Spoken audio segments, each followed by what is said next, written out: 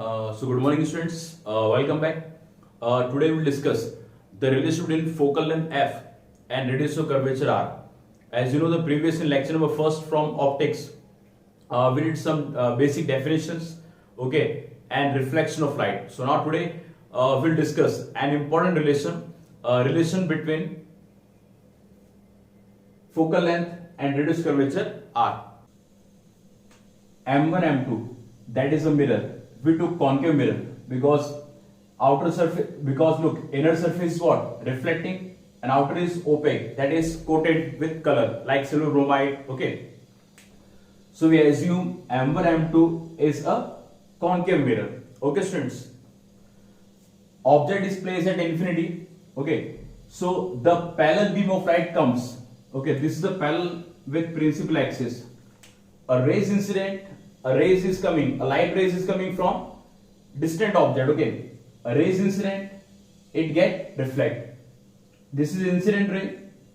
After getting reflection from the concave mirror, it get reflect, and it always meet with a point, and that point we know that is called principal focus, or it is called focal point F. This is normal, okay, that separate I and R, that separate incident and reflected ray.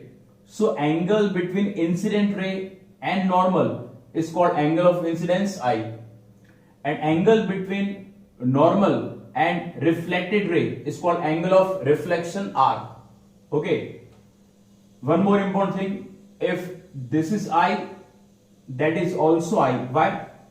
Because in Z form it become alternative angle. So if this is I, that is also I. In this way, I and I, these are alternative angles, okay. Incident ray, reflected ray, that is normal. Angle between incident ray and normal is called angle of incidence I.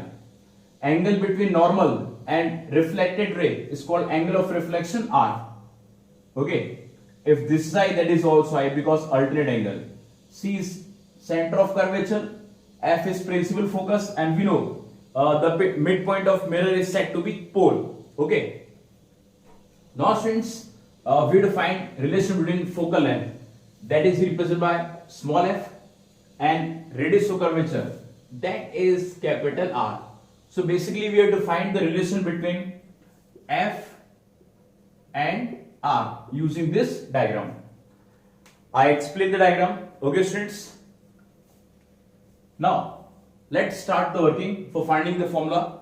Look students, first of all we'll use a concept. Look students, in triangle BCF, in triangle BCF, look at BCF, in this triangle, angle I and angle R equal by laws of reflection. We know we did the previous first lecture. What is laws of reflection? The second law of reflection is incidence angle is equals to angle of reflection. Equation first. Angle of incidence is always equals to angle of reflection. That is the laws of reflection. Okay. Now I and R equal. Look students, in triangle BCF, I and R equal by on behalf of laws of reflection. And in triangle, if two angles are equal, then opposite side will also equal, and that is isosceles triangle. So by the law of reflection we got angle I equals to angle R. Incidence angle will equals to angle of reflection. What happens when two angles are equal in a triangle? I and R equal. If two angles are equal, then opposite side will also equal. So we can write, if two angles are equal, then opposite side of a triangle will also equal. So look, opposite to I, which side is there? FB. And opposite to R, which side is there? CF. Equation second. So we got our first point. See what I did? Simple, I just use the laws of reflection because reflection is taking place. Okay, that's why I just use the law of reflection. Angle of incident equals to angle of reflection. And we know that is simple concept. In a triangle, when two angles are equal, then opposite side will also equal and it become isosceles triangle. So opposite to I, FB, and opposite to R, CF. That is equal. Understood, students? Now, one more concept, one more point that we have to find. Look at, students. See, we can write FB equals to FP. FB equals to FP and give them equation method.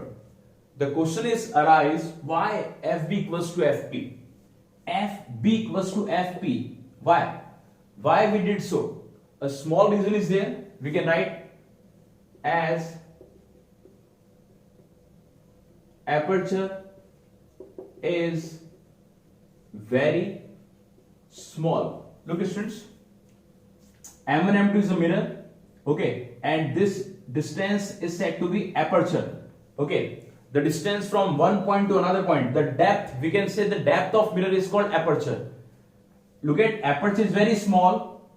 Point B and point P lie very close to each other, are held very close to each other.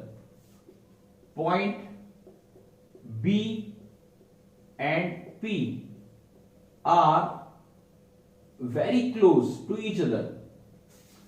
Look at what happened. The actual condition, this is B point and this is P point, are held very close. These are not at a far distance, they are very close because aperture is very small. And when in the case of mirror, when aperture is very small, 2 points lies very close to each other, like this B and P point. So from, if 2 points are very close, so distance from third point like F, distance should be equal. If 2 points lies very close to each other, so distance of both the points from any third point should be approx equal. So we can write FB equals to FP. FB equals to FP. That is an important concept. Understood what we have to give in the reason? We have to give the reason aperture is very small, B and P lies very close to each other. They are not at a far distance, they are very close. So if 2 points are very close, then distance from third point should be equal, approx equal. That's why FB equals to FP that we have written. Okay, students? Now we got two equations. Equation second and equation third. Look, compare both the equation.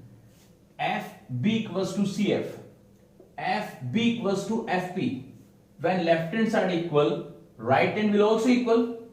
So you can take a screenshot because I'm going to remove this portion. Okay.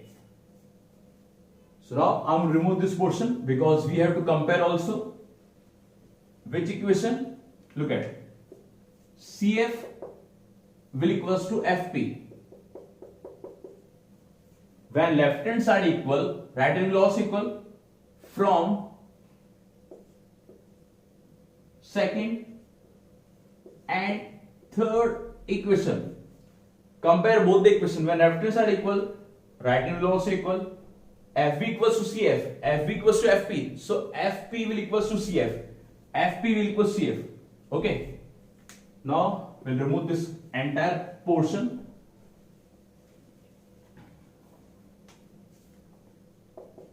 Now students, look at what we got.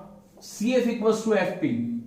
It means CF equals to FP means what? CF equals to FP, it means F is midpoint. It means F is midpoint.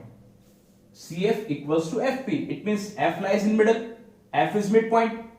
So we can write like, so that we can write the equation PC is twice of FP. Can we write like this? Total PC will be twice either CF or FP because F is midpoint, CF equals to FP. Okay, if F is midpoint, so we can write PC is twice of FP. Obvious, this entire PC is twice FP as well as twice of CF. We know what is PC. PC we know, pole to center of curvature, that is always taken as radius of curvature. So here we can write as capital R. And FP, distance from pole to principal focus, is called focal length, F. So we got R equals to F. It means radius of curvature is always twice of the focal length. And we can also write this relation as F equals to R by 2. So we got the relation. That is the relation between focal length and radius of curvature R. F equals to R by 2, where F is focal length and R is radius of curvature. Understood, students?